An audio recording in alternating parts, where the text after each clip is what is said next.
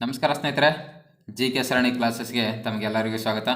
G K ಸರಣಿ classes start ಮಾಡೋ ಉದ್ದೇಶ ಎಕ್ಸಾಮಲ್ಲಿ ಯಾವ ಥರ ಕ್ವಶನ್ ಕೇಳ್ತಿದ್ದೀನಿ ಅನ್ನೋದನ್ನ ನಾವು ನೋಡಬೇಕಾಗಿದೆ. ಹಾಗಾಗಿ ಪ್ರೀವಿಯಸ್ ಇಯರ್ ಕ್ವಶನ್ ಪೇಪರಲ್ಲಿ ಇರೋ ಕ್ವಶನ್ನ ನಾವು ಅನಾಲಿಸಿಸ್ ಮಾಡ್ತಾ ಹೋಗೋಣ. ಯಾವ ಥರ ಕ್ವಶನ್ ಬರ್ತಿದೆ ಮತ್ತು ಅದರ ಆನ್ಸರು ಮತ್ತು ಅದರ ಫುಲ್ ವಿವರಣೆ ನಾವು ನೋಡ್ತಾ ಹೋಗೋಣ. ಬನ್ನಿ ಇವತ್ತಿನ ಕ್ಲಾಸ್ನ ನಾವು ಸ್ಟಾರ್ಟ್ ಮಾಡೋಣ.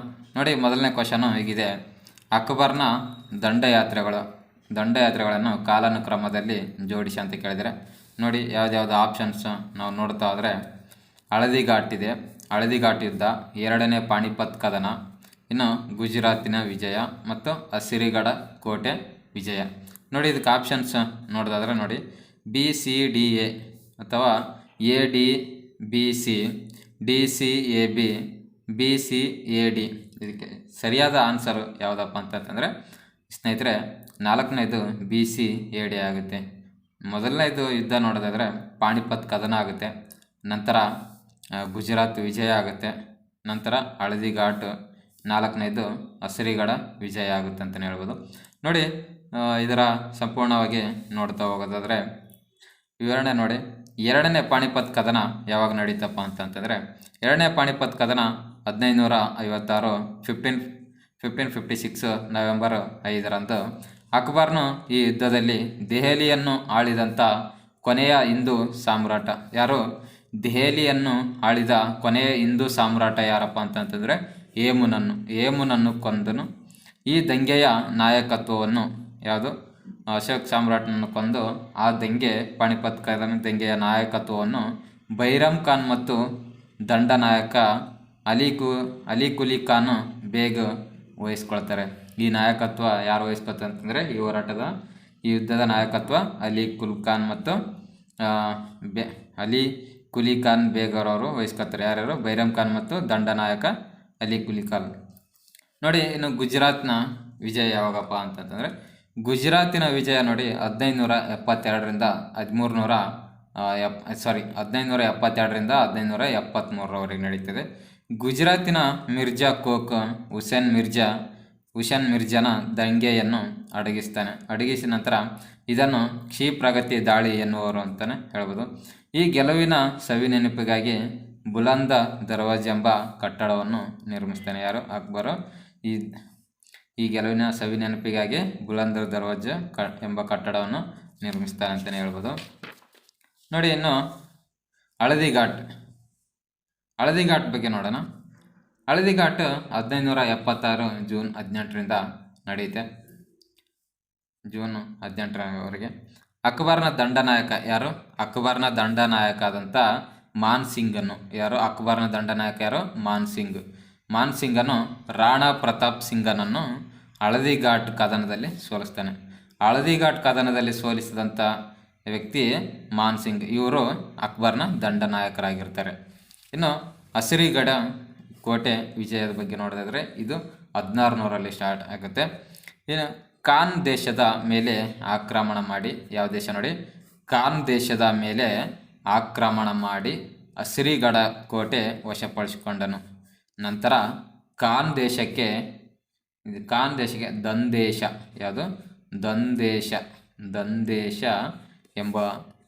ಎಂಬ ಹೆಸರು ನಾಮಕರಣ ಮಾಡ್ತಾನೆ. ಯಾರು? ಅಕ್ಬರ್. ಅಸಿರಿಗಢ ಕೋಟೆಯನ್ನು ವಶಪಡಿಸಿಕೊಂಡು ಖಾನ್ ದೇಶಕ್ಕೆ ದಂದೇಶ ಎಂದು ನಾಮಕರಣ ಮಾಡ್ತಾನೆ. ನೋಡಿ, ಎರಡನೇ ಕ್ವಶನ್ ನಾವು ನೋಡೋದಾದರೆ, ಶಿವಾಜಿಯು ದಕ್ಷಿಣ ಭಾರತದ ಸೈನಿಕ ದಂಡಯಾತ್ರೆಗಳ ಸಮಯದಲ್ಲಿ, ಯಾವ ಸಮಯದಲ್ಲಿ? 1676ರಿಂದ 1679ರ ಸಮಯದಲ್ಲಿ ಕೆಳಗಿನ ಯಾವ ಆಡಳಿತಗಾರರ ಜೊತೆ ಮೈತ್ರಿ ಮಾಡಿಕೊಂಡಿದ್ದರು? ಯಾರು? ಶಿವಾಜಿಯು ದಕ್ಷಿಣ ಭಾರತದ ಸೈನಿಕ ದಂಡಯಾತ್ರೆಗಳ ಸಮಯದಲ್ಲಿ 1676ರಿಂದ 1679ರಲ್ಲಿ ಯಾವ ಆಡಳಿತಗಾರರ ಜೊತೆ ಮೈತ್ರಿ ಮಾಡಿಕೊಂಡಿದ್ದನು ಅಂತ ಕೇಳಿದರೆ, ನೋಡಿ ಆಪ್ಷನ್ಸ್ ನೋಡೋದಾದರೆ, ಬಿಜಾಪುರ ಆದಿಲ್ ಶಾಹಿ ಜೊತೆನ, ಅಥವಾ ಗೋಲ್ಕೊಂಡದ ಕುತುಬ್ ಶಾಹಿನ, ಅಥವಾ ಮೊಘಲರ, ಅಥವಾ ಮಧುರೈನ ನಾಯಕರು. ಯಾರ ಜೊತೆ ಮೈತ್ರಿ ಮಾಡಿಕೊಂಡನು ಅಂತ ನೋಡೋದಾದರೆ ಇದಕ್ಕೆ ಸರಿಯಾದ ಆನ್ಸರು ಗೋಲ್ಕೊಂಡದ ಕುತುಬ್ ಶಾಹಿ ಇವ್ರ ಜೊತೆ ಮೈತ್ರಿ ಮಾಡಿಕೊಂಡಿರ್ತಾನೆ. ಯಾರು? ಶಿವಾಜಿಯು. ನೋಡಿ, ಇದರ ಬಗ್ಗೆ ನಾವು ನೋಡೋದಾದರೆ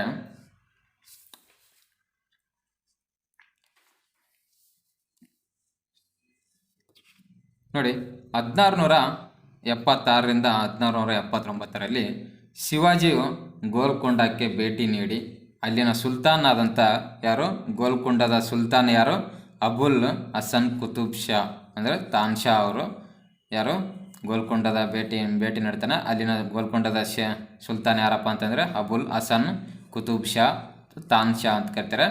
ಅವರೊಂದಿಗೆ ರಕ್ಷಣಾತ್ಮಕ ಮೈತ್ರಿ ಮಾಡಿಕೊಂಡಿರ್ತಾನೆ. ಯಾರು, ಶಿವಾಜಿಯು ರಕ್ಷಣಾತ್ಮಕವಾಗಿ ಮೈತ್ರಿ ಮಾಡಿಕೊಂಡಿರ್ತಾನೆ.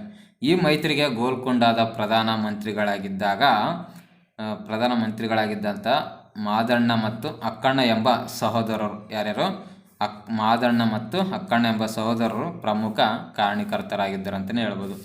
ನೋಡಿ, ಶಿವಾಜಿಯು ಮೈತ್ರಿ ಮಾಡಿಕೊಳ್ಳಲು ಉದ್ದೇಶ ಏನಿತ್ತಪ್ಪ ಅಂತ ನೋಡೋದಾದರೆ ಮೊಘಲರ ಆಕ್ರಮಣವನ್ನು ತಡೆಯುವುದು ಮತ್ತು ದಕ್ಷಿಣ ಆದಿಲ್ಶಾಹಿಗಳ ಪ್ರದೇಶಗಳನ್ನು ವಶಪಡಿಸಿಕೊಳ್ಳೋದು ಈ ಒಪ್ಪಂದದ ಮುಖ್ಯ ಉದ್ದೇಶ ಅಂತಲೇ ಆಗಿರ್ಬೋದು. ಯಾವುದು, ಗೋಲ್ಕೊಂಡದ ವಶಕ್ಕೆ. ನೆಕ್ಸ್ಟ್ ನೋಡಿ, ಶಿವಾಜಿಗೆ ಹೇಗೆ ಲಾಭವಾಯಿತು, ಇದರಿಂದ ಒಪ್ಪಂದದಿಂದ ಶಿವಾಜಿಗೆ ಹೇಗೆ ಲಾಭವಾಯಿತು ಅಂತ ನೋಡಿದ್ರೆ ಶಿವಾಜಿಯು ಜಿಂಜಿ, ವೆಲ್ಲೂರು ಮತ್ತು ತಂಜಾವೂರಿನ ಸುತ್ತಮುತ್ತಲಿನ ವಿಶಾಲ ಪ್ರದೇಶಗಳನ್ನು ವಶಪಡಿಸಿಕೊಂಡನು. ಯಾವ ಪ್ರದೇಶ? ಶಿವಾಜಿಯು ಜಿಂಜಿ ಮತ್ತು ವೆಲ್ಲೂರು ಮತ್ತು ತಂಜಾವೂರಿನ ಸುತ್ತಮುತ್ತಲಿನ ವಿಶಾಲ ಪ್ರದೇಶಗಳನ್ನು ವಶಪಡಿಸಿಕೊಳ್ತಾನೆ. ನಂತರ ನಾವು ನೋಡೋದಾದರೆ ಸ್ನೇಹಿತರೆ, ಮೂರನೇ ಕ್ವಶನ್ ನೋಡೋಣ. ಈ ಕೆಳಕಂಡ ಯಾವ ಕೈಗಾರಿಕೆಯನ್ನು ದಿವಾನ್ ಮಿರ್ಜಾ ಇಸ್ಮಾಯಿಲ್ ರವರು ಆರಂಭಿಸಲಿಲ್ಲ ಅಂತ ಕೇಳಿದರೆ? ಯಾರು? ದಿವಾನ್ ಮಿರ್ಜಾ ಇಸ್ಮಾಯಿಲ್ ರವರು ಯಾವ ಕೈಗಾರಿಕೆಯನ್ನು ಆರಂಭಿಸಲಿಲ್ಲ ಅಂತ ಕೇಳಿದರೆ? ನೋಡಿ, ಆಪ್ಷನ್ಸ್ ನಾವು ನೋಡೋದಾದರೆ ಒಂದನೇದು ಹಿಂದೂಸ್ತಾನ್ ಏರೋನಾಟಿಕ್ಸ್ ಲಿಮಿಟೆಡ್, ಇನ್ನು ಬೆಳಗೋಳದ ರಾಸಾಯನಿಕ ಗೊಬ್ಬರ ಕಾರ್ಖಾನೆ, ಮಂಡ್ಯದ ಸಕ್ಕರೆ ಕಾರ್ಖಾನೆ, ಇನ್ನು ಬೆಂಗಳೂರಿನ ಸಾಬೂನು ಕಾರ್ಖಾನೆ. ಸ್ನೇಹಿತರೆ, ಇದಕ್ಕೆ ಸರಿಯಾದ ಆನ್ಸರ್ನ ನಾವು ನೋಡೋದಾದರೆ ಬೆಂಗಳೂರಿನ ಸಾಬೂನು ಕಾರ್ಖಾನೆ ಕೈಗಾರಿಕೆ ದಿವಾನ್ ಮಿರ್ಜಾ ಇಸ್ಮಾಯಿಲ್ ರವರು ಇದನ್ನು ಆರಂಭಿಸಲಿಲ್ಲ ಅಂತಲೇ ಹೇಳ್ಬೋದು. ಇದಕ್ಕೆ ಆನ್ಸರು ಬೆಂಗಳೂರಿನ ಸಾಬೂನು ಕಾರ್ಖಾನೆ ಇದನ್ನು ಆರಂಭಿಸಲಿಲ್ಲ. ಕಾರಣ ನೋಡಿ, ಬೆಂಗಳೂರು ಸಾಬೂನು ಕಾರ್ಖಾನೆ ಅಂದರೆ ಮೈಸೂರು ಸ್ಟ್ಯಾಂಡಲ್ ಸೋಪು ಇದು ಸ್ಥಾಪನೆಯಾಗಿದ್ದು 1916ರಲ್ಲಿ 1916ರಲ್ಲಿ ಸ್ಥಾಪನೆ ಆಗುತ್ತದೆ. 1918ರಲ್ಲಿ ಉತ್ಪಾದನೆ ಆರಂಭಿಸಲಾಗುತ್ತದೆ ಅಂತಲೇ ಹೇಳ್ಬೋದು. ಆ ಸಮಯದಲ್ಲಿ ಇದ್ದಂಥ ಮೈಸೂರಿನ ದಿವಾನರಾಗಿದ್ದವರು ಯಾರಪ್ಪ ಅಂತಂದರೆ ಸರ್ ಎಂ ವಿಶ್ವೇಶ್ವರಯ್ಯನವರು. ಇವಾಗ 1916ನಲ್ಲಿ ಅಥವಾ ಹಾಗೆ 1918ರಲ್ಲಿ ಮೈಸೂರಿನ ದಿವಾನರಾಗಿದ್ದಂಥ ಸರ್ ಎಂ ವಿಶ್ವೇಶ್ವರಯ್ಯನವರು ದಿವಾನರಾಗಿರ್ತಾರೆ. ಇನ್ನು ಮಿರ್ಜಾ ಇಸ್ಮಾಯಿಲ್ ರವರು ದಿವಾನರಾಗಿದ್ದು 1926ರಿಂದ 1941 ಅವಧಿಯಲ್ಲಿ.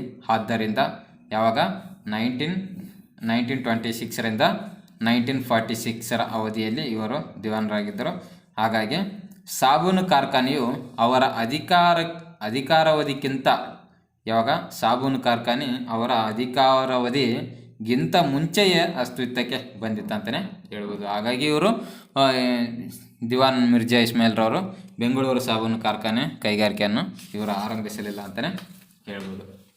ನೆಕ್ಸ್ಟ್ ನೋಡಿ, ಗುಪ್ತರ ಕಾಲದ ದೇವಾಲಯಗಳನ್ನು ನಾವು ನೋಡಿದ ಗುಪ್ತರ ದೇವಾಲಯಗಳ ಸರಿಯಾದ ಜೋಡಣೆಯನ್ನು ಗುರುತಿಸಿ ಅಂತ ಕೇಳಿದರೆ ನೋಡಿ, ಇಲ್ಲಿ ಆಪ್ಷನ್ಸ್ ನೋಡೋದಾದರೆ ದಶಾವತಾರ ದೇವಾಲಯಗಳು ಎಲ್ಲಿದೆ ಅಂತಂದರೆ ದಿಯೋಗರ್ ಅಂತ ಹೇಳಿದರೆ. ಇನ್ನು ಆಪ್ಷನ್ಸ್ ಬಿ ನೋಡಿ, ವಿಷ್ಣು ದೇವಾಲಯ ಇದು ಜಬ್ಬಲ್ಪುರ ಅಂತ ಹೇಳಿದರೆ. ಇನ್ನು ಪಾರ್ವತಿ ದೇವಾಲಯ ಸಾಂಚಿಯಲ್ಲಿ ಅಂತ ಹೇಳಿದರೆ. ಇನ್ನು ನಾಲ್ಕನೇದು ನೋಡಿ, ಶಿವ ದೇವಾಲಯ ಭೂಮರದಲ್ಲಿ ಅಂತ ಕೇಳಿದರೆ. ನೋಡಿ ಸ್ನೇಹಿತರೆ, ಇದಕ್ಕೆ ಸರಿಯಾದ ಆನ್ಸರ್ನ ನಾವು ನೋಡಿದ್ರೆ ಎ ಮತ್ತು ಬಿ ಸರಿಯಾಗಿದೆ. ಎ, ಬಿ ಮತ್ತು ಡಿ ಸರಿ, ಬಿ ಮತ್ತು ಸಿ ಸರಿ, ಸಿ ಮತ್ತು ಡಿ ಸರಿ. ಇದಕ್ಕೆ ನಾವು ಸರಿಯಾದ ಆನ್ಸರ್ನ ನಾವು ನೋಡ್ತಾ ಹೋಗೋದಾದರೆ ಸ್ನೇಹಿತರೆ, ಇದಕ್ಕೆ ಸರಿಯಾದ ಆನ್ಸರು ನೋಡಿ ಬಿ ಆಗಿರುತ್ತೆ ಸ್ನೇಹಿತರೆ. ಎ ಮತ್ತು ಬಿ, ಡಿ ಯಾವುದ್ಯಾವುದು ದಶಾವತಾರ ದೇವಾಲಯ ದಿಯೋಗರ್ ಇದು ಸರಿಯಾದ ಕೂಡ ಆನ್ಸರ್ ಆಗಿರುತ್ತೆ. ಇನ್ನು ವಿಷ್ಣು ದೇವಾಲಯ ಜಬ್ಬಲ್ಪುರ ಇದು ಸರಿಯಾದ ಆನ್ಸರ್ ಆಗಿರುತ್ತೆ. ಇನ್ನು ಶಿವ ದೇವಾಲಯ ಭೂಮರದಲ್ಲಿ ಇದೆ, ಇದು ಕೂಡ ಸರಿಯಾದ ಆನ್ಸರು. ಸರಿಯಾದ ಆನ್ಸರು ಬಿ ಆಗಿರುತ್ತೆ, ಎ ಬಿ ಮತ್ತು ಡಿ. ಪಾರ್ವತಿ ದೇವಾಲಯ ಸಾಂಚಿ, ಇದು ತಪ್ಪಾಗಿದೆ ಸ್ನೇಹಿತರೆ. ಇದು ಪಾರ್ವತಿ ದೇವಾಲಯ ತಪ್ಪಾಗಿದೆ. ಎಲ್ಲಿ? ಸಾಂಚಿಯಲ್ಲಿ ಅಂತ ಕೊಟ್ಟಿದ್ದಾರೆ. ಇದು ಸಾಂಚಿಯಲ್ಲಿಲ್ಲ ಸ್ನೇಹಿತರೆ. ಇದು ಪಾರ್ವತಿ ದೇವಾಲಯ ಇರುವುದು ಎಲ್ಲಪ್ಪ ಅಂತಂದರೆ, ಪಾರ್ವತಿ ದೇವಾಲಯ ಇರುವುದು ಸಾಂಚಿಯಲ್ಲ, ನಚ್ನ ಕುಟಾರದಲ್ಲಿ ಇದೆ. ಎಲ್ಲಿ?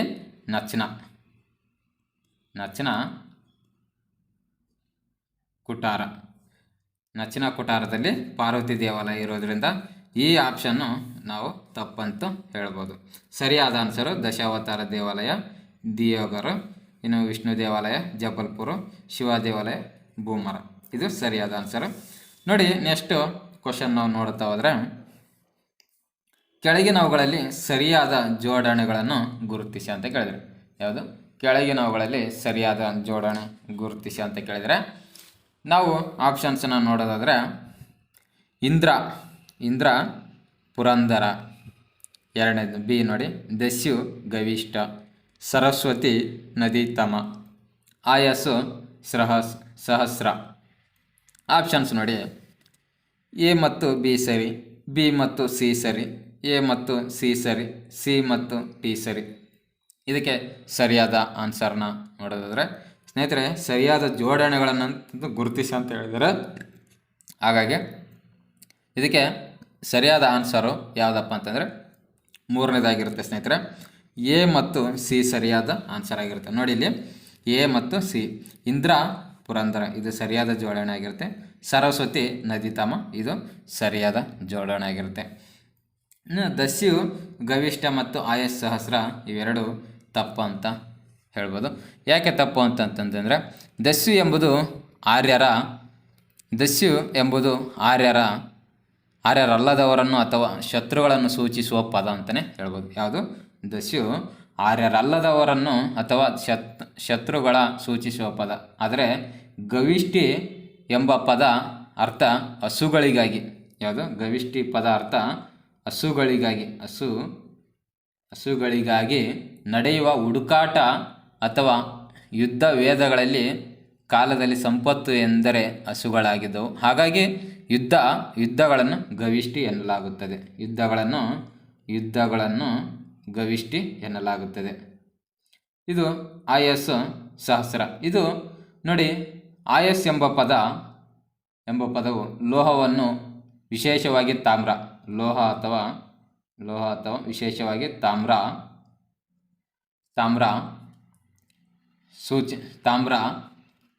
ಅಥವಾ ಕಂಚು,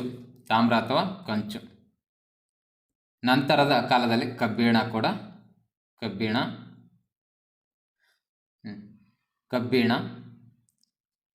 ಸೂಚಿಸುತ್ತದೆ. ಸಹಸ್ರ ಎಂದರೆ ಸಾವಿರ ಎಂಬ ಸಂಖ್ಯಾವಾಚಕವಾಗಿದೆ. ಏನು? ಸಾವಿರ ಎಂಬ ಸಂಖ್ಯಾವಾಚಕವಾಗಿದೆ. ಇವೆರಡಕ್ಕೂ ನೇರ ಸಂಬಂಧ ಇಲ್ಲ. ನೋಡಿ, ಆಯಸ್ ಅಂತಂದರೆ ಲೋಹ, ತಾಮ್ರ, ಕಂಚು, ಕಬ್ಬಿಣಕ್ಕೆ ಸೂಚಿಸುತ್ತದೆ ಅಂತಲೇ ಹೇಳ್ಬೋದು. ಸಹಸ್ರ ಅಂತಂತಂದರೆ ಸಾವಿರ ಎಂಬ ಸಂಖ್ಯಾವಾಚಕವಾಗಿದೆ. ಇವೆರಡಕ್ಕೂ ಕೂಡ ನೇರ ಸಂಬಂಧ ಇಲ್ಲದೆ ಇರೋ ಕಾರಣ ಇವೆರಡು ತಪ್ಪಾಗಿರುತ್ತೆ ಅಂತಲೇ ಹೇಳ್ಬೋದು. ಸ್ನೇಹಿತರೆ, ಇವತ್ತಿನ ಕ್ಲಾಸು ಇಷ್ಟ ಆಗಿರುತ್ತೆ. ಹಾಗಾಗಿ ಯಾಕಪ್ಪ ಅಂತಂತಂದರೆ, ನಾನು ಮೊಬೈಲಲ್ಲಿ ವೀಡಿಯೋ ಮಾಡೋದ್ರಿಂದ ಜಾಸ್ತಿ ಲೆಂತ್ ವೀಡಿಯೋ ಅಪ್ಲೋಡ್ ಮಾಡೋಕ್ಕೆ ಆಗಲ್ಲ ಜಾಸ್ತಿ. ಯಾಕಂದರೆ ಲೋಡ್ ಜಾಸ್ತಿ ತೊಗೊಳುತ್ತೆ. ಹಾಗಾಗಿ ನಾನು 10 ನಿಮಿಷ 15 ನಿಮಿಷ ಇದೇ ಥರ ವೀಡಿಯೋ ಮಾಡ್ತಿದ್ದೀನಿ. ಮುಂದೆ ನೋಡೋಣ, ನಿಮ್ಮ ಸಪೋರ್ಟು, ಪ್ರೀತಿ, ವಿಶ್ವಾಸ ಸಿಕ್ಕರೆ ಇನ್ನೂ ಲೆಂತ್ ವೀಡಿಯೋ ಕೂಡ ನಾನು ಮಾಡ್ತೀನಿ ಅಂತ ಹೇಳ್ತೀನಿ. ಈ ವಿಡಿಯೋ ಏನಾದರೂ ನಿಮಗೆ ಇಷ್ಟ ಆದರೆ ನಮ್ಮ ಯೂಟ್ಯೂಬ್ ಚಾನಲನ್ನು ಸಬ್ಸ್ಕ್ರೈಬ್ ಮಾಡ್ಕೊಳ್ಳಿ. ಹಾಗೆ ನಿಮ್ಮ ಸ್ನೇಹಿತರಿಗೆ ಶೇರ್ ಮಾಡಿ. ಮುಂದೆ ಎಕ್ಸಾಮ್ಗೆ ಇದು ಉಪಯೋಗ ಆಗಲಿ ಅಂತ ಹೇಳ್ತೀನಿ. ಮತ್ತೆ ಮುಂದಿನ ವಿಡಿಯೋದಲ್ಲಿ ಸಿಗೋಣ. Thank you.